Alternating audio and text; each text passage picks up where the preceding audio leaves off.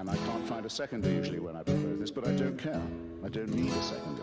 My own opinion is enough for me, and I claim the right to have it defended against any consensus, any majority, anywhere, any place, any time. And anyone who disagrees with this can pick a number, get online, and kiss my ass. First things first, Alabama State Bar Rules of Professional Conduct, Rule 7.2e requires the following language in all attorney communications. No representation is made that the quality of legal services to be performed is greater than the legal services performed by other lawyers.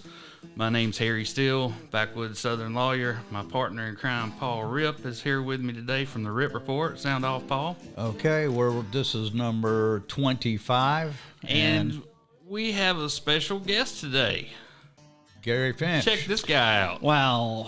I hadn't been in front of a microphone like this since I was on KSJ 25 years ago. We want to welcome Gary. He's a fellow veteran. And any of you who've been around a while know that this is Gary's 32nd year on TV, fishing and hunting shows. That's a long time, Rip. That's a long time. I tell you, Gary, I've been on many fishing trips with you, and I've never been out of the armchair. Well, I tell you what, I told somebody this afternoon that my cell phone number is older than a lot of people, or most people. No kidding. So we are broadcasting from the Van Buren Building, 28720 Highway 98, Daphne, Alabama. And, of course, if it bleeds, it leads. This show is no exception. So we do have some tragedy to report. March 3rd up in Nashville, officials have confirmed 7 people were dead in tornadoes overnight that hit Nashville, Putnam County, and Benton County, Tennessee. And, of course, our hearts go out to those folks. We're pulling for you, and we hope that that you guys recover quickly. One more thing. Last night saw the execution of Nathaniel Woods. According to OJ and Kim Kardashian, he wasn't the man who pulled the trigger in 2004. He was set for execution last night. The Supreme Court stayed it. Then they withdrew their stay. And I saw about 9:30, saw a tweet that he had been executed. There was a good bit of controversy about this. Doug Jones got involved and sent a letter to Governor Ivey. And one of the people that I usually keep up with and I usually agree with was John Archibald. And now this is the case in Birmingham where 3 police officers were killed, correct? And another one grievously injured. Correct. Okay, so Archibald said Woods deserve punishment, I'm sure, but execution should be reserved for those who are clearly wantonly and intentionally kill. Yet under Alabama law, it's said it's not a reversal. We'd like to see the world morally just, but we have to take the world as it is. Pretty tough. Not as we would like for it to be. So Gary, let's get back to some. I'm ready to talk Gary about fishing and hunting after all that stuff. Good gracious. So you have a TV show on CBS, and I've looked you up. You're on Twitter, Facebook, at Gary Finch Outdoors is your Facebook page. You also have a regular web presence, as I understand. Is that right? I think I do. I think I'm covered on all those topics or areas. So, Gary, you and I had an interesting time of it together back a few years ago. You and another friend of mine had gone over to the Boy Scout meeting. Was that 2015 or 16? That was November 2015. It's been branded in my brain. I bet. And so, do you want to talk about that incident, or you just want to talk about Boy Scouts in general? Well, I think there's been some improvement. I know there's been some improvement since then, but there's still a few people there that we got the Boy Scout or the main organization is in bankruptcy now. And I would tell you that even back in 2015, a couple of the executive board members have just about actually did almost put them in bankruptcy, and we had to sell a third of the Mobilla camp. And we got a new executive director, and I think he's doing a great job. But we still have those, those people who are corrupt, who took their personal gain. And, we got some good board members, and it's one of those situations where the good board members just continue to let the bad board members do what they want to and take money out of they take money away from the kids for their personal gain. So I have a letter that you wrote. Oh boy! Do you remember that? The Dear Scouters letter that you wrote? I don't know about all that, but I remember a couple It's of become things. apparent that Michael Hartigan, blah, blah, blah. Oh, yeah. Our former scout executive over in Mobile, who was just a damn dumpster fire train wreck if there ever was one. And, of course, you and I were bitching about them losing $250,000, $300,000 a year. Right. We went back and compiled the 990s, and it's a shame I got kicked out of my office in Bay Minette because all of those. Do you remember I had that file room where we painted the walls with that? What kind of paint is that? It's like dry erase board paint. Oh yeah, and we wrote all that stuff all over the wall. It was all there when I moved out. It's a shame. I think I spent 2,000 hours compiling all the information and everything. And the sad thing about it is that the former executive director Michael Hartigan. He's been hired by the Boy Scouts out west and is making about $5,000 more a month. Right. After he crashed our plane, they hire him to fly a 747 out in wherever it is. Where is he? Do you know? I'm either Oklahoma or Utah, and he's got 2 or 3 people under him, and that's after they've basically proven that he was disrespectful and harassed his own employees here in Mobile. So. It's a sad situation because, I've spent my whole life working and helping the Boy Scouts. I made Eagle Scout in 1977. I've got a son who made Eagle Scout last year. I'm very proud of that. And a lot of my friends have got sons who are Eagle Scouts. And some people, some kids make it there and some don't. But that doesn't mean that we've got all these scouts that we need to take care of. And what happened in Mobile and what is still continuing to happen a little bit to me is just as bad as any of these sexual accusations or assault charges against the main body of the Boy Scouts. It was awful, and it still is a little bit. One of the things I want to say is that the RIP report also followed up with Gary on the Boy Scouts. This is over 5 years ago now, and all the predictions that Gary made and tried to bring to the board were ignored. And today we're facing the true fact of everything that he wrote, everything he said was accurate criticism. And, he couldn't get the attention of anyone to help. So now we're in this situation. And I agree with Gary on that last comment he made about the spending a lot of money on the sexual part of it and, a lot of attorneys and trying to put the emphasis on that. But I think a lot of it should go back to the executive pay. Some of these guys are making way too damn much. Well, they're making all this money. I think Michael was making about $10,000 a month, and all the insurance and the car allowance and all that. And I had a $50,000 check that a company cut one time, and had it sitting. He didn't even have to introduce himself or meet anybody. Sitting on the receptionist desk, and I couldn't even get him to go pick it up. So you can imagine how less of the money that he actually raised himself. And how much have they sold of their land now out of that? I sold a third of it. We sold a third of it, and a lot of that's in deer hunting and deer lease and stuff. So we got, I hunt deer myself, but I don't appreciate having more guns and people hunting closer to where we're trying to teach kayaking and shooting and archery and all that kind of stuff. So it's what it is, and it's because of the group of people that people that run the show. Right, and these board of directors need to step up, because if the board of directors had listened and done something, they could have avoided a lot of this. I could have saved the property for sure, and we had several people that would have paid for the land and given a 20-year lease at $1 a year. So. Man, But they wouldn't listen. And they hid. They hid one of the main board members. He was executive board member in 15 and 16, and I think 14 too.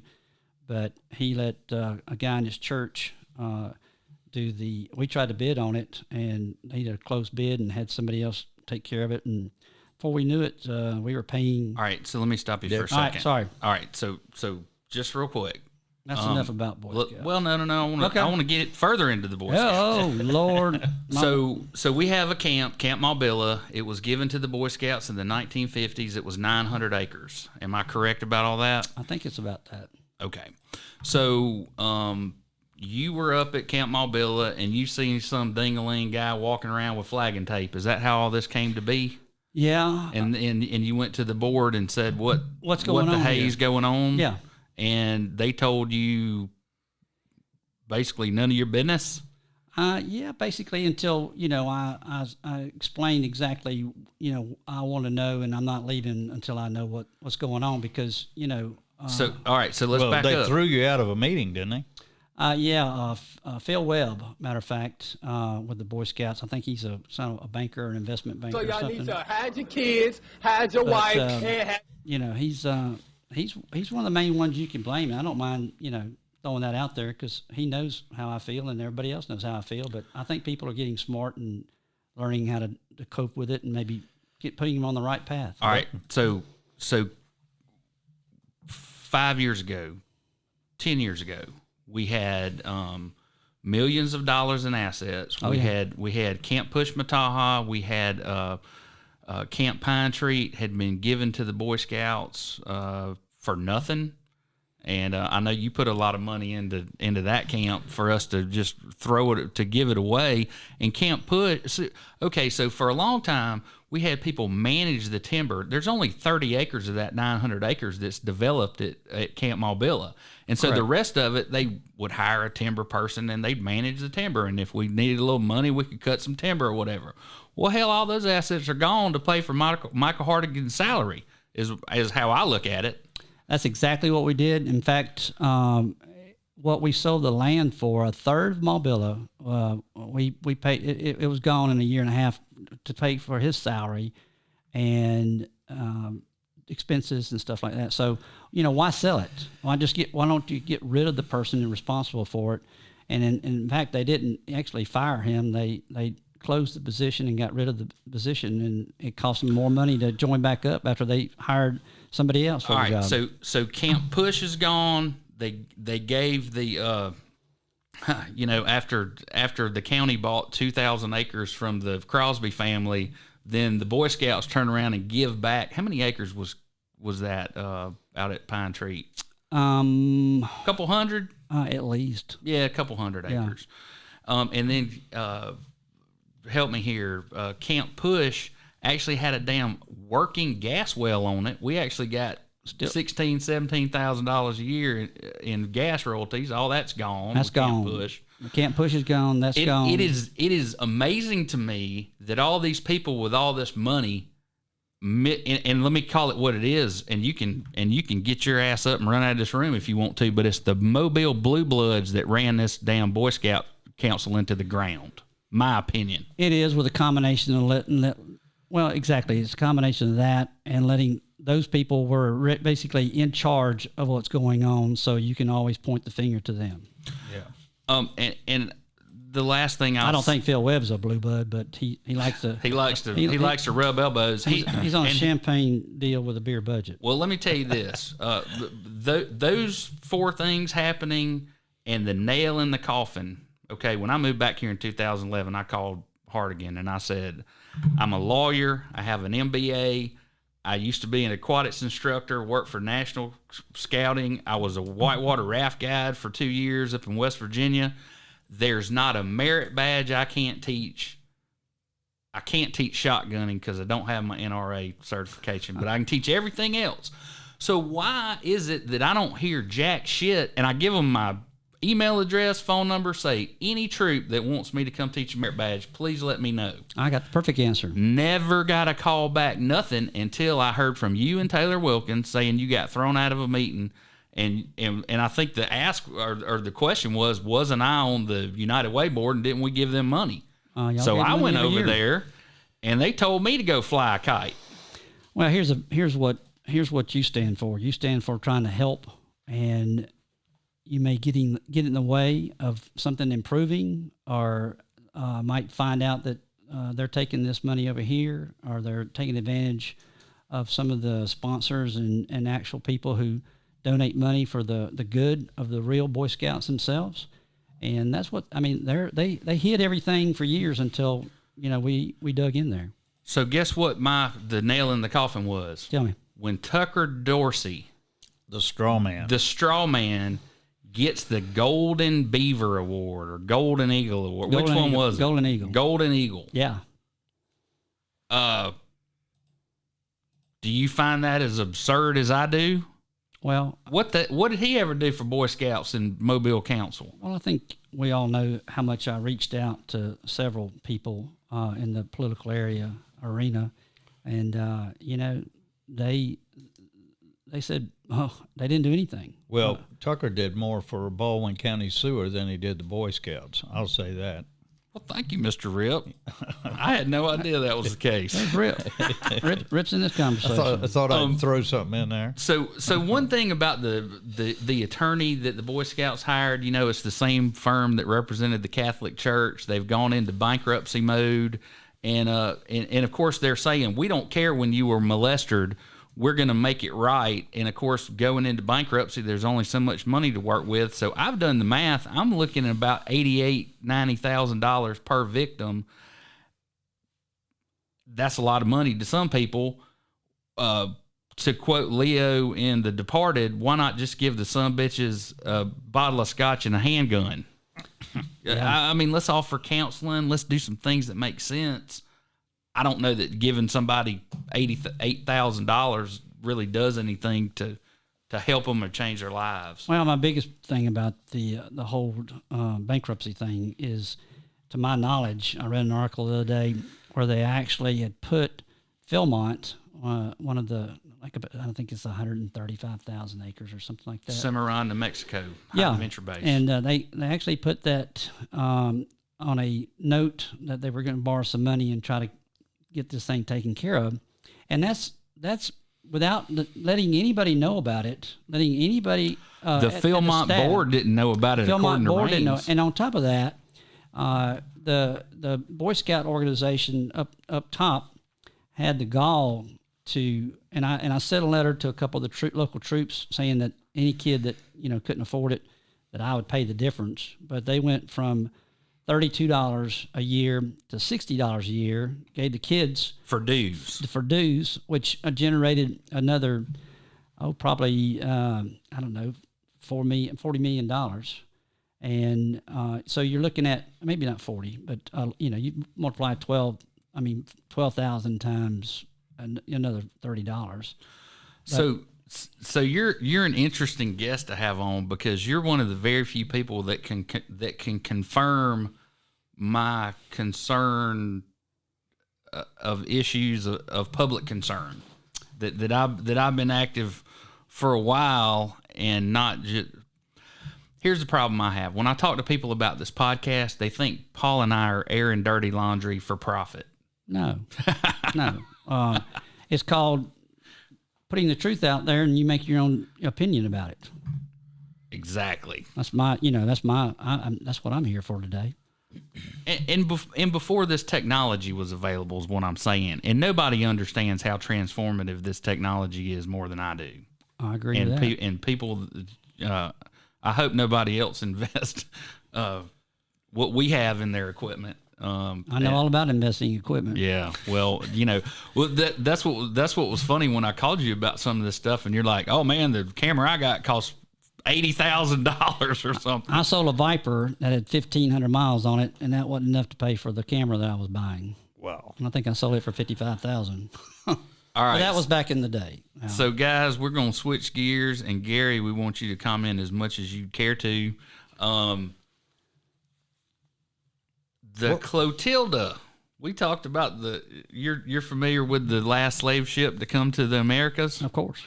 And eventually in our slideshow behind us, you'll see a artist rendering and some things about the Clotilda. So I said that I was going to find the location and post a map. Won't nobody tell me where it is, but you know where it is, don't you, Gary? I know exactly where it's at. All right, so you gonna take us over there? Sure. That sounds like a good. That's no problem. We'll get as close as we can. Okay. Supposed to be a big tourist destination from now on. I think they're working on several different things that I don't have a lot of knowledge about, so I'll step back from that a little bit. But they're trying. There's several people involved in that, and they're working pretty hard on making it something that people can come and see. Yeah, Ben Raines has written some very good articles on that. In fact, he hasn't gotten the credit he deserved for the work that he did on that, and also National Geographic. They put out a short show, and I don't even believe they mentioned his name in that show. But, they are anticipating some good tourist dollars out of that if they can get a little museum going over there and everything. It'd be good for that area for sure. Yeah, I like to mention Ben Raines as well. Right. Rip, he's done some incredible things, and he's worked hard, and he's let us know about some of the things that that has to do with conservation and history and stuff. So my hat's off to him. Yeah, his articles are fantastic. And the Amazon, what's the title of his movie? America's Amazon. America's the Amazon. Mobile Tensile River Delta. That is fantastic. People ought to watch that. So let's talk about. Are you familiar with this uninhabited islands bill, House Bill 208, Gary? Yeah, a little bit. I think it's just another way of possibly cutting people off from enjoying some public access. Which it seems like when everything is going good. I know we got the coronavirus going on, and we could probably talk about that until the cows come home. I can't wait to talk about the virus. I'm no doctor, but I'm not a veterinarian either. Mm-hmm. I think y'all get that one. I got it. But when things are going good, the economy's going good, why muddy up the water and try to take stuff away from the people who really need these places and can enjoy these places a whole lot more than we can? And that's my opinion, of course. But it seems like every time that I see a nice little boat ramp or a picnic area or something, somebody's doing something to try to cut that off. So, Paul, do you remember when the last time the tax man was had in a position of power to? Do you remember all that where they put up the gate down here in Daphne? Right. Or was it Point Clear? The guy cut the sumbitch up with a chainsaw and dumped it in Elliott's parking space at the county? I believe that was Robin Hutchins. That was at Zundels, wasn't it? That was Zundel, right? And I got some information from David Peterson with Citizens for Accountability, Baldwin County Citizens for Accountability, a Facebook site some of you might want to go to.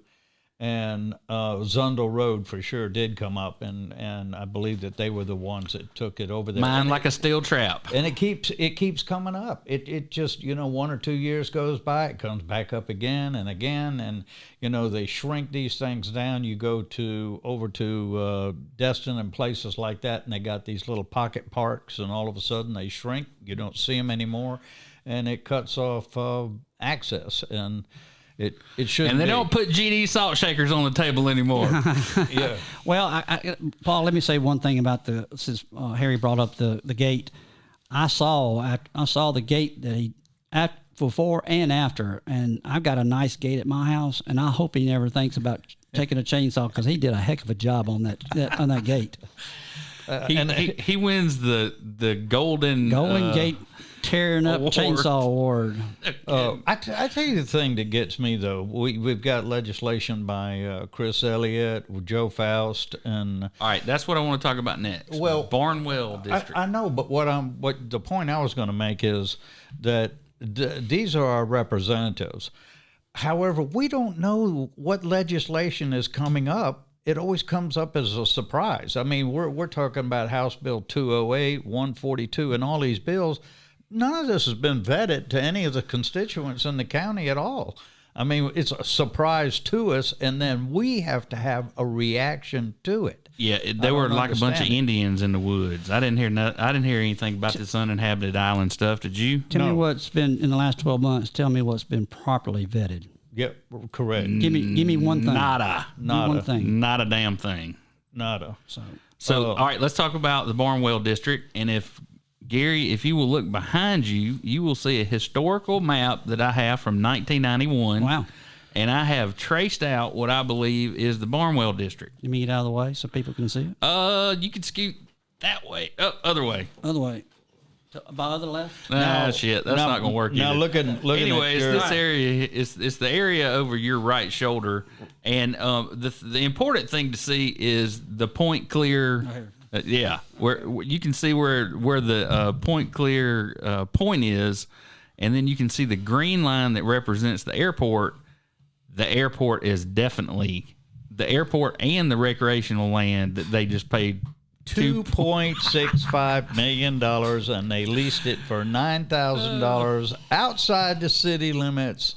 And now we're faced with the thing possibly looking at House Bill 142.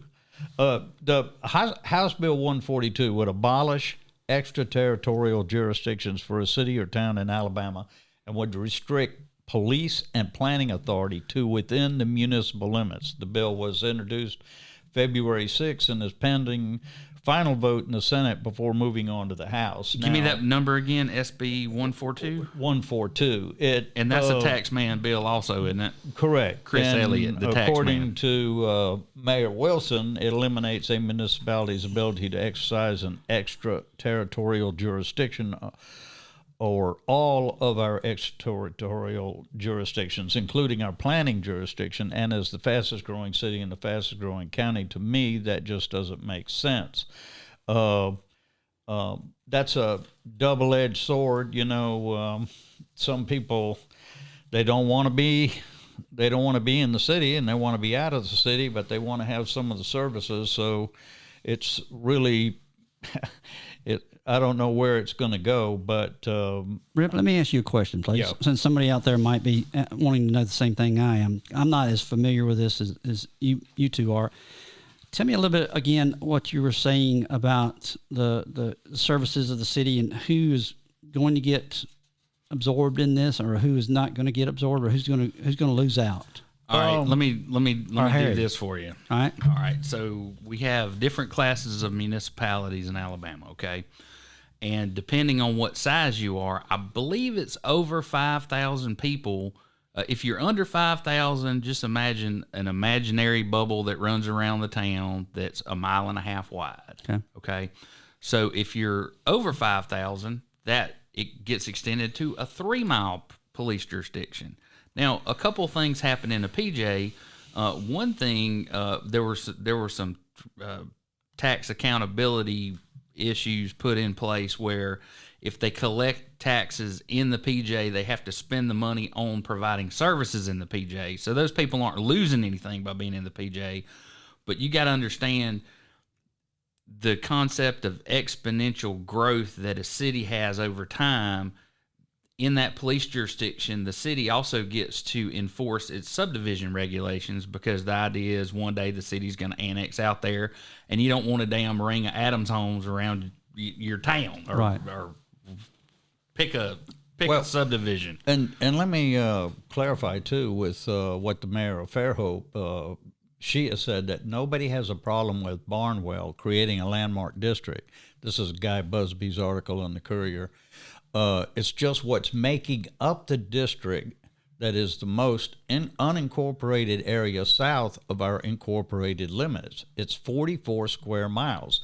It includes other areas that have existed long before Barnwell, including parts of Point Clear, Clay City, Battles Wharf, Houstonville, Tatumville, Marlow, Wow. and Fish River. Way over to Marlow and Fish Right. River, man. It's something that That's needs where to I'm be, and what she's saying is something that needs to be more defined. Here again, it wasn't vetted beforehand. Now, Councilman Burrell is saying that it's absurd. It's not absurd. These districts have formed quite a bit, but the concern the mayor has is that it looks as if it's encompassing way too much land, and it'll restrict the city from having any expansion And ability. here comes the greatest moment of my life. Paul Ripp and Jack Burrell are on the same side on an issue. Can you believe that? I don't know that. Come on, Gary, I want to comment. I don't want to be entirely on one. It's not cloudy outside, is it? Well, No, it's a beautiful day, as a matter of fact. I don't want to walk outside. well, Burrell was, he prefaced it by saying that he just wanted to be honest. That's kind of where he lost me there. And I stopped reading at that point because I knew it was bull. All right, so pornography bill. You familiar that we had a state of emergency no. while coronavirus is going on? I want to talk about the coronavirus. Talk about y'all head up on the pornocopia or whatever y'all want to talk about. No. I'm just saying. I have no knowledge. While we are under a real public health crisis, these dingalings, and I use that term loosely, On Goat Hill. on Goat Hill, have decided that we have a public health crisis and it's pornography, not coronavirus. Wow. Yeah. Well, whatever. But the coronavirus, leading into the coronavirus, it's this morning I was All right, listening. whoa. All right. Coronavirus. Yeah. Eagle Scout, right? Scout. I'm all over it. So watch this. Umbrella, Yep. mask. You got your Purell, because if you don't have your Purell, or is it Purell? Yeah. Pharrell. Yeah. Another mask of a different kind and making. I went to $4 Generals today and 3 Walmarts, and there was none to be had. And you get the pink. That's why you get a hot pink pocket knife, so nobody will steal that. Well, you can always find it too. Well, and You that find too. it, no one's going to take it from you. Nobody's gonna steal That's like this. having a Matic in the back of your truck. No one's going to get it. The one thing that really gets me on the coronavirus, this morning I was listening, and another cruise ship, this is in the Nile River, and they discovered like 12 cases there. So you got 2 cruise ships held up out there, and I can't for the life of me understand how you can confine people to a cruise ship and think you're going to be able to control it. But it does look as if the people that are succumbing to it are very senior and their immune systems are way down. But this thing seems to be traveling very fast. And the one thing that I keep coming back to is, and I don't mean to make light of the health issue, but I don't think most people have an idea yet of the economic impact this is going to have on the worldwide. Let me stop you right there for a second. Go ahead. Speaking of economic, Larry Kudlow on CNBC this morning. He's a National Economic Council director. He said that most people are not going to catch this virus or get it or whatever. But then he went on to say there's no economic impact, and it's not going to send us in it's not going to hurt the GDP. Well, I can tell you right now, it already has hurt the GDP if nobody else gets it. And number 2, That's what we said last week. Yeah. And he said number 2, he said that only 80% of the people. He said 80% of the people that contract this disease or whatever it is, virus. He said they'll live. So when you give me a 20% that I'm going to probably pass, or die, let's just the word die. I don't want to get everybody in a frizzy, but 1 out of 5. That's 1 out of 5 that he's claiming that could possibly die. And I don't care, what health situation you're in or what you're, what you're in. I don't like somebody telling me that 80% and not to overreact. It's not. It's okay to react and be concerned, but he's just concerned, Mm-hmm. And as a National Economic Council director, he's the head guy of the economy, basically. So let's pay attention to what's actually happening, and it's all right to take some precaution. Like I said, I went to 3 Walmarts and $5 general stores. You got some cash on you? Oh yeah. I mean, it's a good time. It's a good time to roll somebody. Well, because everybody's walking around with a bunch of cash in case the grid goes down. Yeah, I luckily I've got I've got a couple dollars stowed away, and no one with the coronavirus has ever touched or seen these bills. So that's a plus. Well, that's the funny thing. We ordered some M95 masks from Amazon. They showed up. They were not M95 masks, and the packaging was in South. I actually took a picture of it because I want to know. It was South Korean. Wow. Yeah. Well, so, speaking of Amazon, if you go on $100 for a box of M95 masks. Right. Well, if you go on Amazon right now, 4 8-ounce bottles of Purell can be delivered to your doorstep for $89. And I think they cost what, $5 a bottle or something like that. There's a lot of price gouging going on. It is, with this and I want to, I do want to step on Amazon a little bit, because that's some of their vendors, that they use on the side, and they're not policing it, and they're letting people, go there that don't have Amazon Prime maybe, and pay these ridiculous prices. There's a couple other things like 2 20-ounce or whatever things, for $150. So it's all right. It's so ridiculous. I can talk about this real quick without, and we won't have to go back to it. So. Frontline, are you familiar with Frontline, Gary? Talking about the flea collar and stuff? No. That's what I was thinking. That's all I know. That's all I know. Unless you explain it to me a little bit. PBS has a news program called Frontline. It's been on there forever. Right. And so the people at Frontline have done and it just came out February 20th. I watched it the other night. It's called The Amazon Empire: The Rise of Jeff Bezos.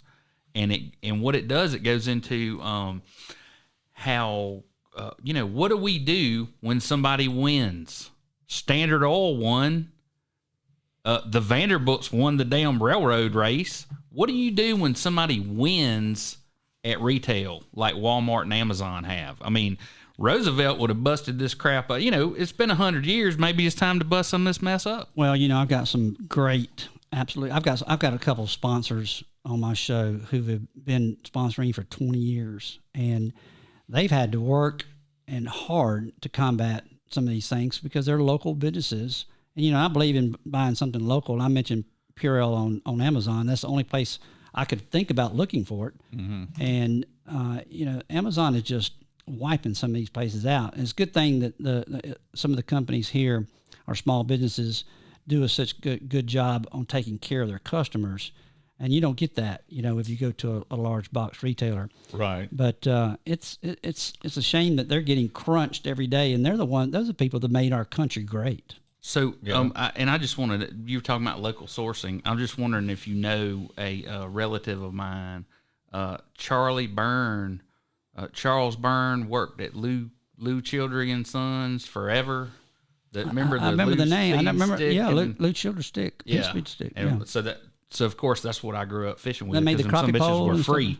No, I mean they made bass rods. Right. Okay. 7 foot. Lou Childers. Yeah, Lou Childers. Yeah, gotcha. Anyway, and you remember Mr. Childers? He wasn't he in a seaplane crash? I believe he was. Yeah. He used to fly to the Chandeleur Islands all the time and fish. And Sure I think did. that's what he was doing. He flew into Britain. Mm-hmm. He was a heck of a Chandelier Islands, that used to be in the early 70s the main stop for marijuana transport. Refueling and I've been there a bunch, but I've never seen any of that. Y'all let me know when you're down there. Back in the 70s. Well, what about the Senate race? oh Lord. Oh boy. Let's let Gary weigh in a little bit on that, because he has a little bit of history there with recently I've it's hard for me as being on TV and being sort of out there and known a little bit. But we boiled it down to 2 candidates. We got Jeff Sessions, and who I've worked a little bit on his campaign, and I want to shout out to Bradley Byrne. I know he was a good congressman, and he's got a couple sons that are Eagle Scouts. He ran a good race, but now we. So Gary, I hate to interrupt you. No, don't ask me any questions. But that he's a relative of mine, And I didn't mention that because I didn't want to hurt his campaign. Well, I agree. I agree. Not that I agree with what you're saying, but I understand what You you're understand saying. where I'm coming Yes, from. sir. But we're in a position right now, and I'll tell you this much right now. I'm without saying what, I guess I've already said what party I'm for, but we've got a situation where I think, in my opinion, of course, Trump slammed Sessions Wednesday morning right after the Super Tuesday votes, and I get a little tired, and I think I mentioned to y'all, and y'all certainly gave me your feedback in a positive manner. But I don't even want my son watching some of these people, the way they talk and the way they tweet and all that kind of stuff. But to me, to dump on Sessions the way Trump did, I don't think Trump would have ever become president if it wasn't for Jeff Sessions, and that's my opinion now. So quit, get off of him. So here's what I'll say about it. Let me say one more thing. That first rally in Mobile, no doubt about it. That was Sessions that did that for him. It created the ball rolling, and it never stopped rolling. So and also, you can't. The ball doesn't roll unless you roll it the first couple feet. It doesn't go. It doesn't roll for a year. And Sessions got a lot of heat for recusing himself, but I can assure you he had no choice, and that was the best thing he could have done. And if he had not recused himself, I can assure you it would have been much worse for President Trump than it was. Well, and let me say this. His exodus to go take that AG job was the catalyst for one of the biggest political scandals in Alabama history. And nobody seems to recognize that. It was a mess to begin with. And Rip, I talked about this the other day. It boils down, Tommy Tuberville, of course, actually got first place in Super Tuesday by, I think, a 1 or 2% margin. But everybody's got to look at it like, who's the candidate that's going to be able to beat Doug Jones? Well, Gary, let me be the one responsible for saying this. I thought I'd intro it in for you. I don't think that people are thinking or looking at the political scope of what's going on in this Senate race. If you're involved with the candidates, and I'm looking at it and I'm saying, okay, you got Jeff Sessions there running against the football coach, and the coach. If Tuberville wins, if you're the one running against him, Doug Jones, you're going to be more likely to have a real hard time with Jeff Sessions than you are Tuberville. So if the coach wins, that's going to enhance the chances of Doug Jones. Now, I know there's some people out there that are probably screaming at me right now, but I'm telling you that's a fact. And you better be paying attention as to who is the best qualified and who you're going to get the most mileage out of in the Senate race, not who's the most popular and played football. Well, I'll say one thing on that. It doesn't matter who you're for, but I can tell you this. I will point out every time I mention Jeff Sessions, there's somebody who goes, oh, my gosh, he recused himself and he did. Listen, he had good reason to do that. And stop, quit over and over again. I get sick and tired of it. I really do. He had no choice. All right. So if I can pay a compliment to Jeff Sessions, you sure I can. will say that he is the only person to escape the Trump administration with his integrity intact. And guess what? How many bad things do you hear him saying about other candidates? Yeah. Well, he doesn't have to. He has people. He has people for that. Well, I'm just saying. And all the candidates in the United States running for anything they want to run, you watch Jeff Sessions closely. He's not going to knock everybody down to the lower level like a lot of these other people are. It's going to be a very. I don't disagree with you. It's going to be a very I think interesting, he's running a good campaign. A very interesting race and a very close race to watch, as well as the first congressional district. You want me to wade into that one? Well, hell yeah, I do. Come on. Now, first congressional district is whittled down now to the catalyst candidate Hightower and Jerry Carl. And Mr. Carl, very much like the Senate race, he came out about 2 points, point and a half ahead of Mr. Hightower.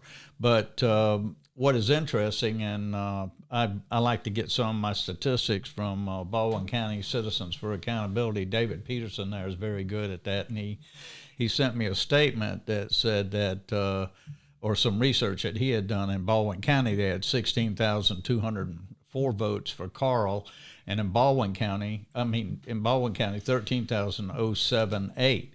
That's 7%. Carl won them all, and in the 7 precincts that Mr. Peterson was looking at, Carl won them all. And Bamanette, Carl had 47.43% of the votes. The average in these 7 precincts was 42.44 for Carl.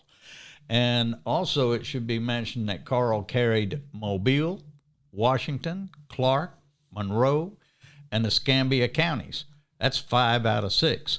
So when you look at it, the major problem that Mr. Carl had was with Catalyst, and that was right in Fairhope and the Fairhope area where Hightower certainly should have won.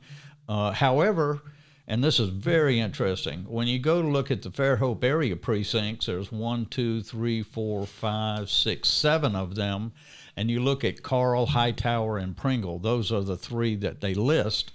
At no point does Hightower beat Carl any more than the votes for Pringle. And I don't want to confuse you, but what I'm saying is, like, if Mr. Pringle, whatever his votes were, that was the difference between Carl and Hightower. So it's a very, very thin margin, and I think people are waking up to the threat of Catalyst candidate. The last thing we need is somebody representing Catalyst as our congressman. Can I ask both of y'all a quick question? Sure, certainly. All right, my first question is, all right, like some of these politicians who are congressmen or senator or whatever, how much, a lot of them are ineffective as they are in office, but what are they doing good, or how much are they getting accomplished when they take a year and a half off to run for another office? Right. Well, running from one office just tell me, to the next because the next office. question is going to be, I'll tell you in a second, I'll ask you another question. Okay, so a friend of mine just did this, and he wasn't successful. Cam Ward is the president of the Senate. Paul went up there for the medical marijuana hearings in front of the Senate Judiciary Committee. Correct. I thought he did an excellent job. Yeah, and he's running statewide, talking to people, doing the same things he would have done if he were defending his Senate seat in Alabaster. Well, maybe not so much traveling, but, Cam's a man about the state, and I don't think he missed a beat. I mean, he probably hired somebody to help him with his campaign and told him where to show up and what babies to kiss and what behind. I understand. How it plays. Yeah, well, of course I do. My second question is, and it's sort of different strokes for different folks, but sometimes when a politician is running, taking, for instance, Bradley Byrne had to give up his congressional seat to run for U.S. Senate seat. Okay. Mm-hmm. What if we made it where everybody has to give up their seat, like to run for president? You wouldn't have 15 people on the stage, or when they started, I think they started off with 24 or 25 or 26. Right. You wouldn't have that many people running for president. Where you're holding on to one job while you're running for another job. All right, but let's think about all of the people who were governors who were elected. I don't want to go that far. Well, we've had some terrible governors. Yeah. I don't mean us. I'm just saying presidential candidates who at the time were governors of the state of Texas. Yeah. Or Gosh, we've had New some terrible York. governors. We've had some terrible governors around here for sure. You hit on... no, I'm talking about Alabama, period. Oh, yeah. You hit on one thing that there's a Senate Bill 57, which is introduced by Cam Ward, Alabaster, and it's open records law for Alabama. They killed the dog out of that thing. They did, and I think that Cam had good intentions, but I think that before it arrived, it just came up to being very duplicitous. Fairhope City Clerk Lisa Hanks, who used to be the president of city clerks in Alabama, I think, she said the law would create additional burdens and expenses, particularly for small towns and staff, and that it is going to be a huge unfunded mandate on all municipalities. And as I understand it, all city clerks within the state of Alabama were opposed to it. Well, probably because it's going to cut into their damn coffee break, Paul. That don't mean jack squat. It was dead on arrival, wasn't it? Yeah, It was. It Okay, was. So I want a couple more things that Cam's been blamed for lately, and just for clarification. So, Gary, are you familiar with the coal ash pile at Berry Steam Plant? I don't know what you're talking about. You corporate sellout. No. I think I'm sure you know. I think it's Okay, Is it so- north of Mobile? It is Okay. north of Mobile All on right. the Mobile River. Okay. So, Oh boy. So, Mobile Baywatch and some other tree hugging organizations have been using drones to go fly around these places. Now, of course, a coal ash pile is only there because it's next to a coal fired power plant. Right. So, Cam introduced a bill that would keep drones away from critical infrastructure, and somehow this got spun into they're trying to create a bill to make it where environmentalists can't use drones to keep an eye on Alabama Power Company, and I don't think that's very genuine of them. No, without I'm not going to make a comment today about the coal ash plant, but I will say that either somebody's hiding something, or somebody just doesn't want to know their business. Period. And I guess that's pretty much the same thing. Right. But if you're going to limit people for the use of drones, I've got some good friends that do some great work, drone videos and pictures. But I think they should be able to pretty much fly on their own. But I do see, and Rip, I think you agree with me a little bit here, and Harry, I don't want anybody flying over my house either, But I don't know how y'all feel about it. I sort of jumped in there for a second, but I don't want 3 people flying drones over my house unless I got a roof damage or something like that. I understand. I can understand that. But now, if it's a public company, then Correct. then that's a little bit different. But if it's a private company, doing business, I don't want a drone over it. I go with that. I think that, however, a lot of these areas, like this coal ash place, is the only way to get a really good picture of it is by a drone. And people might as well get used to drones. I think we're going to be real surprised at the impact of drones in the next few years. And we can argue also,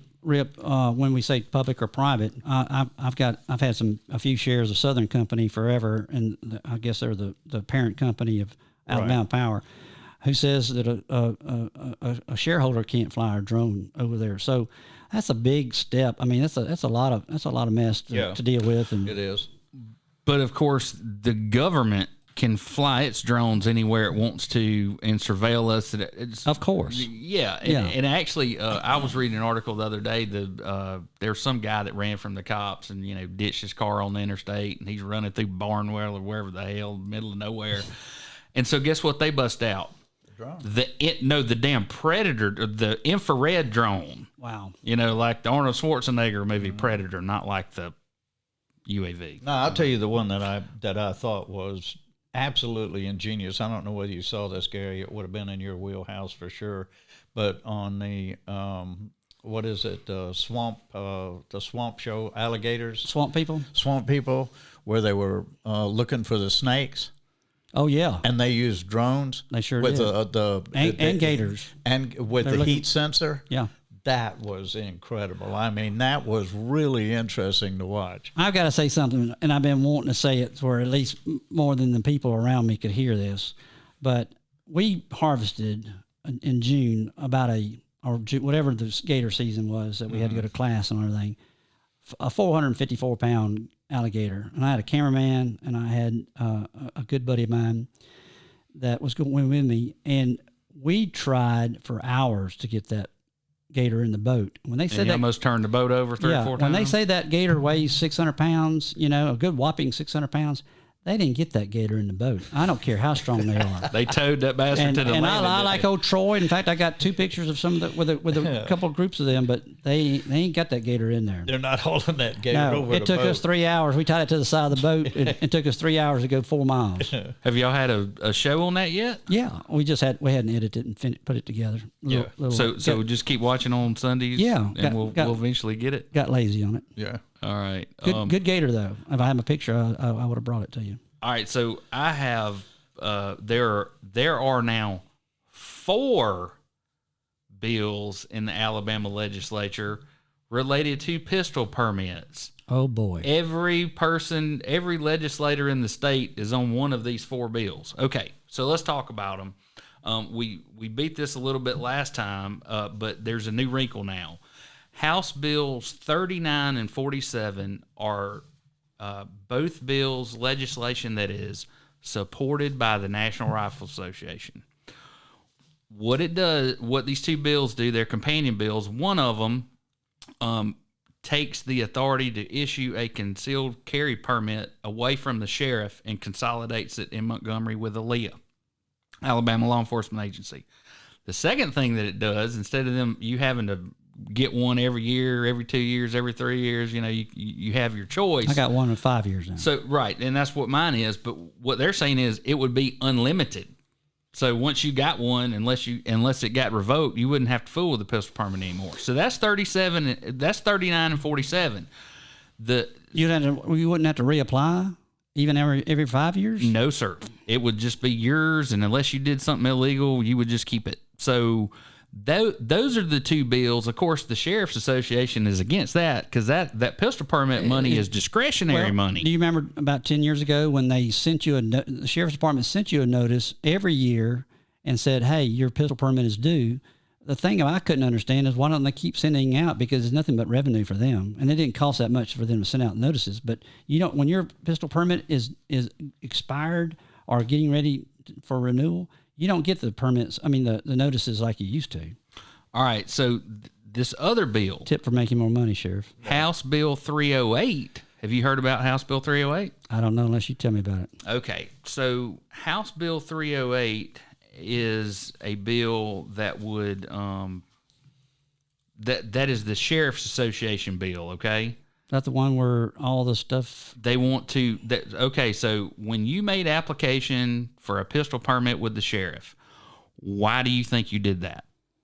Well, I would hope that they would do a background check on me and check on everything and know that I either should get a gun or I shouldn't get a gun. Right. So okay. So what House Bill 308 does is that it requires all of the 67 sheriffs to send their pistol permit application information up to Montgomery so that they can create a database so that when a police officer pulls you over, they can run you through the ARROS system, Alabama Responding Officer Warning System. Wow. So they can assess your threat level.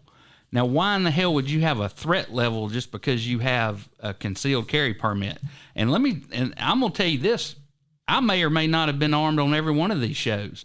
And I'll guarantee you, law enforcement or not, you don't want to find out whether I have a gun or not. No, that's and especially, okay, so you get pulled over by a police officer, right? I'm sitting there in my car. I got my hands on the wheel. I get my license out. I hand him my license. Why should I have to tell him whether I have a gun or not? It's none of his damn business.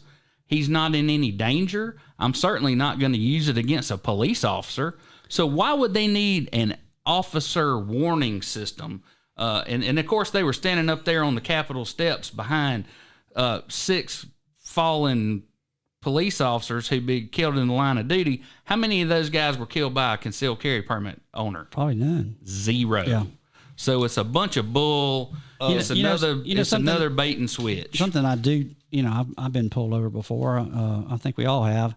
But the first thing I do, honestly, is when the police officer walks up, Hand him both. I say, pistol permit. I not only, but if sometimes I don't hand him a pistol permit, he can ask for it if he wants it. But I always tell him, I have a gun in the vehicle. I do that at Pensacola Airport until they got to know me, and then I just drive right on through. I don't think they even check anymore. Right. I put my hands on the steering wheel. Well, that's while I'm talking to him. Both my hands are 10 o'clock and 2 o'clock. Right.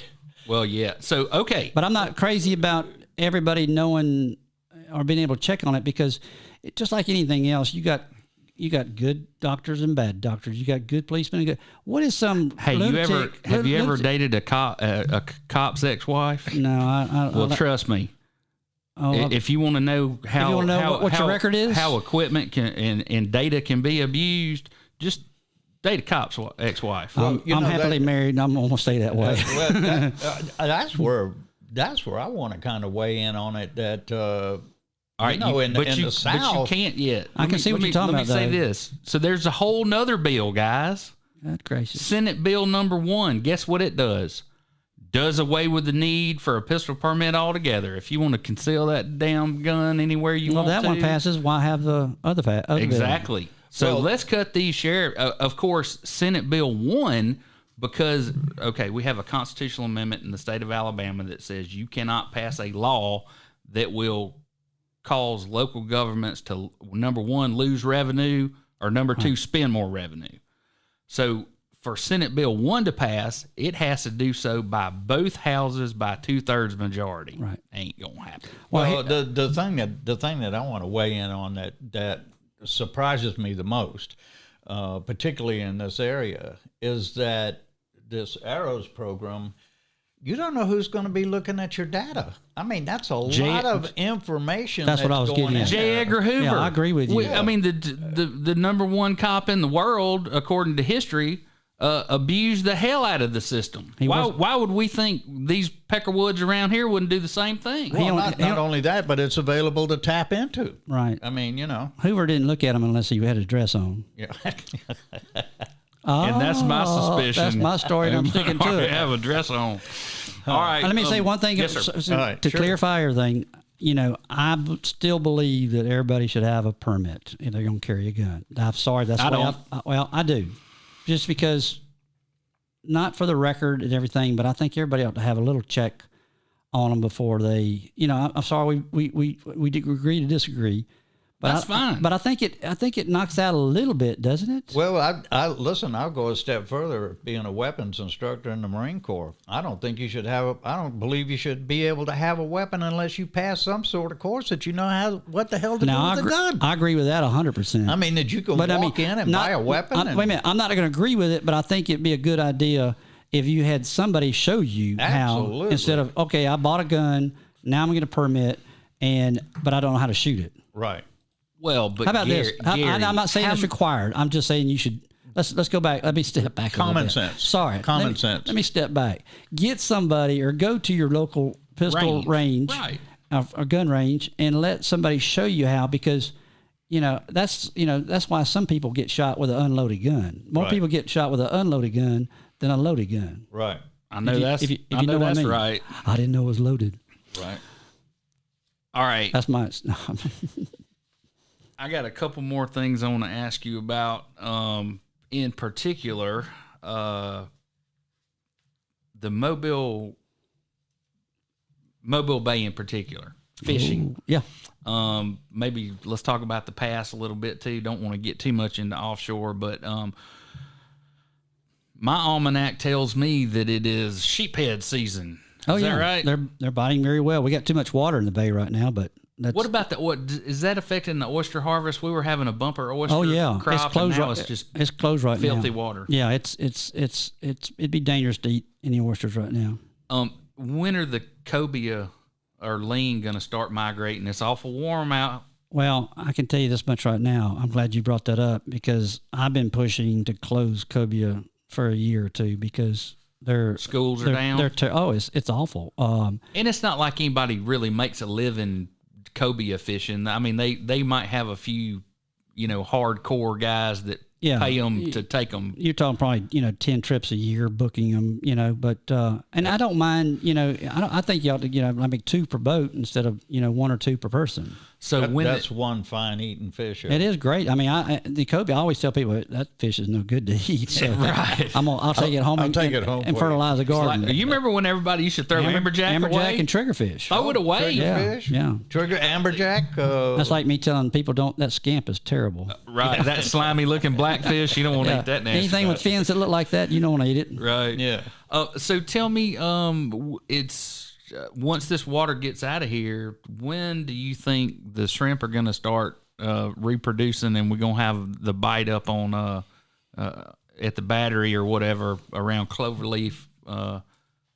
When's it going to be time to spec fish? As soon as water gets down and the water temperature probably needs to get about 2 or 3 degrees warmer, and then we'll be good to go. So keep your eyes on the water temperature and keep your eyes on the water level. All right. So, and we want you to chime in on all this. Feel free. But Rip's got to go through his Rip report. So all right. Go for it, Paul. Well, this is just on the Lanyap update. Some of the articles in Lanyap that should be mentioned this week. Damn the Torpedoes by Rob Holbert. Print isn't dead after all, and he's ringing the praises of Baldwin County's edition with Bureau Chief Gabe Times and reporter John Mullen and what they've been pulling off over here with Lanyap's expansion into Baldwin County. We greatly, greatly appreciate it. They've gotten quasi-threatening letters from lawyers, and even Circuit Court Judge Clark Stankowski allowed his buddy James Pittman to subpoena Lanyap for protected conversations And between who else? reporters and sources, and us, Mr. yours 7%. truly, and it took us all to court anyway. Didn't get anywhere. He's also Lanyap's also still trying to get body cam footage on one of Sheriff Hoss Mack's shootings where the guy was killed with the fanny pack. But I would, and they have broken many stories over here. This is the first time that they've covered everything from the coal ash to Metro Jail. There's a look in the high-speed chases over here with, again, Hoss Mack investigations into the all fraud right. trial. So this which is a guy straw runs man. off the road up in the woods, and and by the time they actually shoot the guy, there are 4 or 5 cars pulled over. Not only is there body cam and dash cam footage, there's all this cell phone video. And it turns out the guy had a fanny pack in his hand. And it wasn't like he was shot with a sidearm. They shot him with a damn long gun. Shot him with a rifle. And they have the video, and they won't give up the video. And that's So still, okay. So I don't know much about the crime that goes on. Okay. Well, so let me tell you who's got stroke and who doesn't have stroke. Okay. You can educate me. In this particular case, the Lanyap asked for the body cam footage, right? And they sent it to the sheriff. So the sheriff has created this fictitious organization called the Major Crimes Unit, and he didn't want to give up the body cam footage, or wouldn't, so they filed a claim in circuit court saying that he's violating the open records law. And guess what one of our judges does? They say, you must serve the MCU. Serving the sheriff isn't good enough. You must serve this fictitious organization that he's created. Now, come on, man. You got to be kidding me. Who created what? The sheriff created the Major Crimes Unit, put a bunch of his buddies on the board of it. And his employees are on the board of it. Everybody who works for the MCU are people who work for the board members or the sheriff's department, and they investigate themselves in shootings and any kind of mayhem where typically you'd call the ABI or ALEA to send an investigator down. Oh hell no, we just investigate ourselves. Also, Lanyap broke the story series on Strawman. That in Strawman, of course, is our. So y'all see this bridge behind us? That's what me and Rip were going to start doing our podcast on. And the damn day before the podcast, the governor comes out and says, the bridge is dead. And I'm like, shit, what are we going to talk about? Well, the Lanyap's got this Strawman article. Turns out it's the biggest story in a decade. which outlines outright blatant corruption, and I have yet to see anybody, including the sheriff, say anything, and it's being printed every day. But anyway, getting back to Lanyap, or a grand jury convened. right? Lanyap, You know, there's this big trial going on 40 feet from Wilter's office, like diagonally across the hall. He knows nothing about the case. and no one says anything. Like I said, I'm glad I'm here for education. Right. One, I do want to Good plug thinking. again for Lanyap started a paywall on their website almost a year ago, and they routinely hear complaints, but people should understand that subscribing to Lanyap essentially costs you 21 cents a day. There's hardly you can get any news or anything. It's a very, very diverse magazine. Again, I'll tell you, no one's paying us to say that. We're just trying to get the news out, and they're covering very controversial issues that we cover. So, And let me say this, I like Paul. them. I like them. I'll grab say you a that. free I'll, Lanyap. I'll give them. So they the part of the information that I related a few minutes ago was from an article Gabe Tynes wrote about House Bill 3749 and 308. Right. I don't think he included Senate Bill 1 because that damn thing didn't have a chance of passing. But Right. hope springs eternal. Who knows? Well, another article, Pandemic Planning, Leaders Prepare for COVID-19 as cases appear closer to Alabama. That's by Jason Johnson. That's coronavirus. And I heard a very interesting thing about that. They're calling it COVID-19 now because, as I understand it, there was a tremendous amount of pressure put on them by Corona beer. Corona beer. I told y'all, They've there's a lost bottle of Corona sitting here on the counter. So They lost their ass about in the last $150 million they've lost so far. That's a lot of money. That's a the whole last, lot of money. that's a lot of Coronas. That's right. That's the last figure I saw. Hey, what the hell did it do to the lime sales in Alabama after? And you know what? That probably hurt it pretty good too. Probably did. Why the hell would anybody buy a lime That's if like you weren't drinking like Corona? Shop Top orange. Orange. Orange would be plentiful. No Because kidding. It plays with your head. You know, you're going to order a Corona beer and you're thinking coronavirus. You might want to take that Budweiser instead. You know, I think that's what happens. if it's cold, I'm sure one of us will drink it. Another Lanyap article by Gabe Tynes, and I can't say enough about it, is Swan Song, winter visitors returning north after contributing to the snowbird season. I remember when I very first got here in the early 90s that a lot of people didn't like the snowbirds. You know, they said, oh, just a few of them come. And That's why they don't put the damn salt shakers on the table, because those old bastards will steal every one of them. they don't know That's why whether- Walmart changed their return policy. But anyway, they contribute a tremendous amount to the Gulf Coast, Pensacola, Orange Beach, that whole area. Now we have a season and a lot of clubs that come. The Dakota's Alabama Club was featured. And it just goes to show you how many people come down here. You know, I used to live in Belize, and we had some people from upper Minnesota that used to come every year, and they told us that they could come to Belize, they could stay as long as 2 or 3 months, go back, and it was cheaper than keeping their house warm the whole time they were up there. So Gary, I Is want there a to. Walmart in Belize? Yeah. Okay. Yeah, there is. Well, they get hit too. So what do you think? So yesterday was Rip's birthday. I'm not going to say how many years he 74, survived. man, 74. It's an absolute bloody miracle. People have been Wow. trying to kill me since I was 17. So That's the first big thing I can agree Vietnam. on or understand. so Paul, tell us. When you were down in Belize, you were telling me about this dive trip y'all took. You had to take a seaplane out to this blue hole. Right. And then you were doing like something stupid, like diving down to 180 feet free No, diving. this Not free trip, diving. but- this was in the early 80s, and everybody wanted to go to the Blue Hole. Well, to go by boat then was 4 or 5 hours, and you didn't know about the weather. So I had a couple guys that came to me, and they said they wanted me to dive in the Blue Hole, and was there any faster way? So there was a guy with a seaplane there, McCorkle, and he said that, well, okay, we'll take 3 people. You can take 2 divers plus yourself. We'll take the equipment. We'll fly low and land in the Blue Hole. We landed in the Blue Hole, and then we would land in the Blue Hole. We would taxi up to actually the original location where Cousteau dove in the early 70s or 80s, I think it was. And from there, we would make a dive, one of the deeper dives that I made, guided dives, to like 140, 150 feet, come back up along the wall, back in the plane, and fly back. Now, there was no Coast Guard. There was no security. There was no way. I mean, if you had any trouble at all, you were done.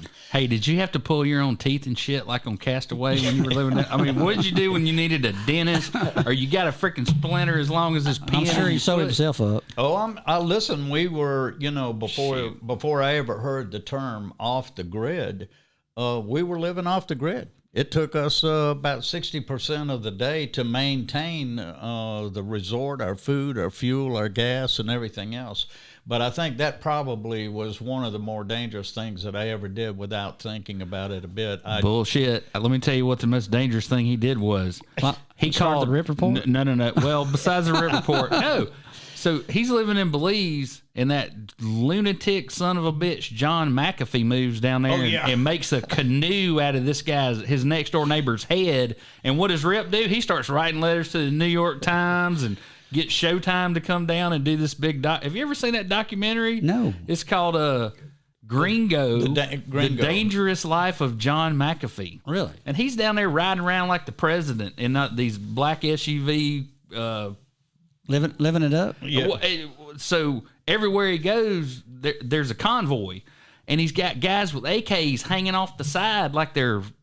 And these guys with AKs look like the last people you'd ever give an AK to. Like on the west end of Cozumel? The one guy looked like a damn Somali pirate. The guy who's supposedly the trigger man. Like I said, the west end of Cozumel. That canoed this guy's head with a shotgun. Well, living in Belize in those days. He was McAfee's next door neighbor. Yeah. And he had all these Rottweilers he'd turn loose, and they'd run down there and take a crap on this guy's beach. Well, he talked to him several times. Well, next thing you know, somebody throws a Nerf ball over the fence, or his dogs were all dead. Oh boy! The next night, the crime scene, as I understand it, is the guy sitting there watching TV, and that's the last thing he sees is his brains all over the TV, 20 feet. Somebody shot him, the top of his head off with a shotgun. And basically, McAfee's been on one way or another running ever since. Right, but and he faked a heart attack to get from he got somebody to smuggle him into Costa Rica, and then he said, "I'm having a heart attack. I need to get to the States." And when they get him to the States off the plane, he pulls the mask off and goes, "Holy shit! I can't believe I made it out of that shit alive." I think that's one of the things I've always wanted to do was to maybe write a little short book about living in Belize and all of the crazy, insane things that happened. This was back in the 80s, early 80s. My first trip there was in 1971, and I thought I was in a Robinson Crusoe movie. I mean, it was absolutely awesomely gorgeous. And now it's overpopulated and right? Yep. Rip, I understand you're a pretty good spear fisherman too. I've shot more fish than I have caught on a rod and reel. I heard that. You probably shot more fish than I caught on a rod and reel. I might take that one back myself. But no, But you've done a pretty good job at it. Oh yeah, I shot fish now when I lived in Belize again, there's one thing, sport fishing, but then I understood what a responsibility it was because we were harvesting our own fish. So I started shooting fish with the locals and then really, really perfected it down to where on an average dive we'd pick up 4 to 5 fish, anywhere from 15 to 30 pounds, which were the best to eat. Goody. Well, it's been my experience. You can't find, like, your average next door neighbor ain't going to let you go practice in their line or pool. And those spears are expensive. Well, I don't want to get out there in the bay and practice shooting at the pilings and bend my spear tips. Well, I was in the diving industry for a long time, and Gary can tell you this probably about hunting and fishing. Well, it's just like dove hunting, Paul. There's no way to teach somebody how to shoot a dove. You just got to do it, and it's the same thing with spearfishing, in my experience. And we might sell 20, 30 spear guns. and only have one or two that really knew how to shoot fish, you know. Right. And that you see that in all those sports and everything. But I had an A.B. Biller spear gun that was the length of this table, and it had a big old cable on it like that. And I got on the boat, and the guy said, "What in the hell do you think you're going to get with that?" I said, "I don't know, but I'm going to get it." You're going to try. All right, Paul. So I want to talk about a case, and I think you're really going to like this one. Did you know that the mayor of Spanish Fort allegedly slapped the magistrate back in November? Oh, I'm sorry, October. How does anybody not know that? right. But I don't know what happened to that case. Well, let me just run enlighten through me it. on it. And this is a new article too out of Lanyap. Right. So this is a Gabe Times article called Wordplay. And so what's happened is all of the judges recused themselves. So who did they go get? Judge Reed. Go figure. So Judge Reed is there. David Connor, who is the attorney for the city council, he is attorney of record for the city. So he's claiming that he went around and interviewed people. The victim may have told the victim some of what the mayor had said about the incident, really muddied the waters. And so then he shows up at this hearing with Judge Reed and says, "Judge, they want to call me as a witness." Now, he allegedly was there when the slap happened. Wow. So how can he now say he is a fact witness? Nobody's asking him to tell anything that might be privileged other than what you saw. Now, I could go into all. I have a lot of it highlighted here, and I could read it to you. But that's the crux of it. Is they're dueling banjos on. You know, hey, I have a privilege over here, and then Patrick Doggett, the ADA on the other side, who responded to the motion, he goes, he can't represent everybody. Wow. Well, what he said, Connor's trying to say, I represent everybody that works for the city, and they have that privilege. Well, not when they're at odds. No. The magistrate, he represents the magistrate, and he represents the mayor. Well, bull crap. Well, the other thing, it's a terrible argument. Terrible argument. It is, and the other thing that's close to the Denardi case, the McSherry case, where where it's both these cases are on film. I mean, both of them are on film, and they're the McSherry case. Now right. we're going into So, 18 months on simple assault. So, and I don't know that Paul knows this, and I'd love to hear your reaction. Being an attorney and understanding the law, I went over there and filled out an open records request. And I said, I want the damn video. That camera right there is a public camera. Yeah. The cord running to the computer that it was recorded on. The computer is a public computer. And unless there's some kind of gag order on this thing, it's a public record. But you didn't get it. Oh, hell no. David kind of wrote me this long. I'm sure he charged him $40,000 for the damn letter he wrote me. It's 2 pages long. Anyway. You didn't get it? Hell no, I didn't get it. What are you talking about, man? Were you surprised? Really? I was. Just tell me, on a scale of 1 to 10, what was your surprise level? 0. Okay. 0 surprise. Next topic. Right.